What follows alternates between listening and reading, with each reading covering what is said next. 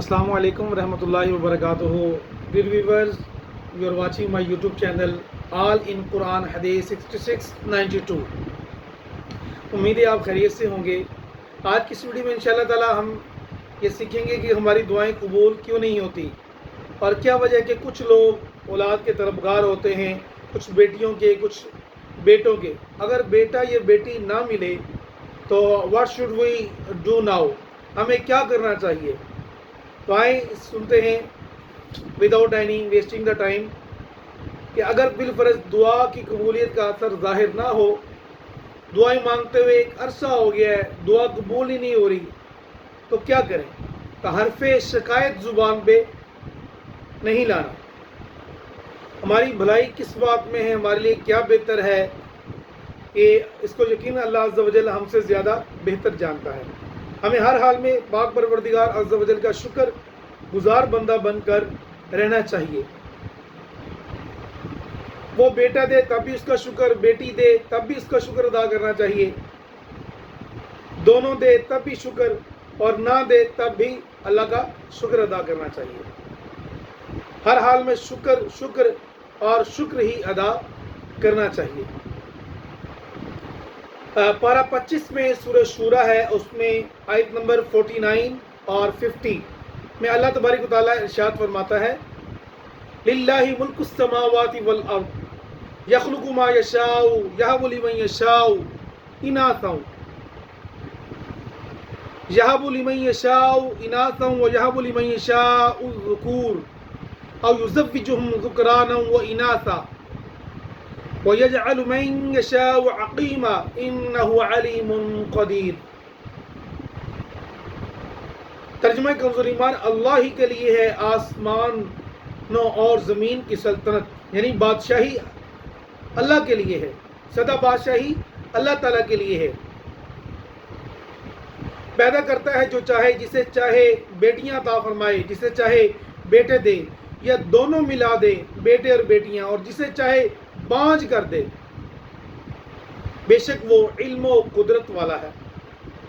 خزائن العرفان میں آیت نمبر 50 یعنی 50 کے اس حصے جسے چاہے بانجھ کر دے کے تحت، یعنی کہ اس کے ہاں اولاد ہی نہ ہو، یعنی اللہ تبارک و تعالیٰ مالک ہے، اپنی نعمت کو جس طرح چاہے تقسیم کرے، جسے چاہے جو دے. انبیاء کرام علیہ السلام میں بھی یہ سب صورتیں پائی جاتی ہیں. حضرت لوط و حضرت شعیب علیہ السلام کے صرف بیٹیاں تھیں، کوئی بیٹا نہ تھا. اور حضرت ابراہیم علیہ السلام کے صرف فرزند یعنی بیٹے تھے، کوئی دختر یعنی بیٹی ہوئی ہی نہیں تھی. اور سید انبیاء حبیب خدا محمد مصطفیٰ صلی اللہ تعالی علیہ وآلہ وسلم کو اللہ تبارک و تعالیٰ نے 4 فرزند عطا فرمائے اور 4 صاحبزادیاں عطا فرمائی. آئے دیکھتے ہیں کہ آقا علیہ السلام کے 4 فرزند ہونے کا اگرچہ خزائن العرفان میں ذکر ہے، مگر اس میں اختلاف ہے. 3 شہزادوں کا بھی قول ہے اور 2 کا بھی قول ہے. تذکرۃ الانبیاء صفحہ نمبر 827 پر ہے. آپ صلی اللہ علیہ وسلم کے 3 بیٹے تھے، نمبر 1 قاسم، نمبر 2 ابراہیم، نمبر 3 عبداللہ. خیال ہے کہ طیب، مطیب، طاہر اور مطہر انہیں یعنی حضرت عبداللہ رضی اللہ تعالیٰ عنہ کے القاب بات تھے، یہ کوئی علیحدہ بیٹے نہیں تھے.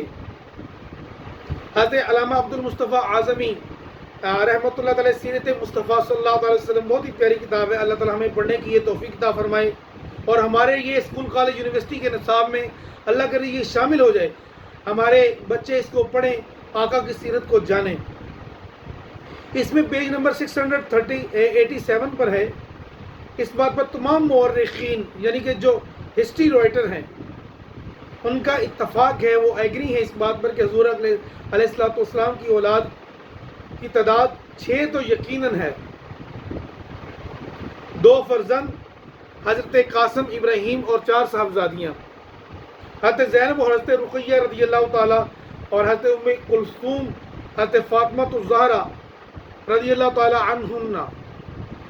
بعض مورخین نے یہ بھی بیان فرمایا کہ آپ صلی اللہ علیہ وسلم کے ایک صاحبزادے تھے، عبداللہ بھی ہیں. جن کا لقب طیب و طاہر ہے۔ اس قول کی بنا کر حضور صلی اللہ تعالی وسلم کی مقدس اولاد کی تعداد 7 ہے، یعنی 3 صاحبزادگان اور 4 صاحبزادیاں۔ اللہ تبارک و تعالی ہمیں جو توفیق عطا فرمائے کہ ہم حضور صلی اللہ علیہ وسلم کے جو ہے نا وہ نقش قدم پر چلیں، اور حضور علیہ السلام کی ہمیں آباء و اجداد، آپ کے بیٹیاں بیٹے، ان کے بارے میں، آل اولاد کے بارے میں بھی ہمیں، شجر نسب کے بارے میں بھی ہمیں معلومات ہونی چاہیے۔ اللہ تعالی ہمیں عمل کرنے کی توفیق عطا فرمائے۔ ڈیئر ویور، آپ کو اگر آج کی ویڈیو یہ پسند آئی ہو تو لائک اور شیئر کریں، چینل کو سبسکرائب کریں۔ ملتے ہیں نیکسٹ ویڈیو میں، تب تک کے لیے اللہ حافظ، اپنا بہت سارا خیال رکھیے گا۔ السلام علیکم ورحمۃ اللہ وبرکاتہ۔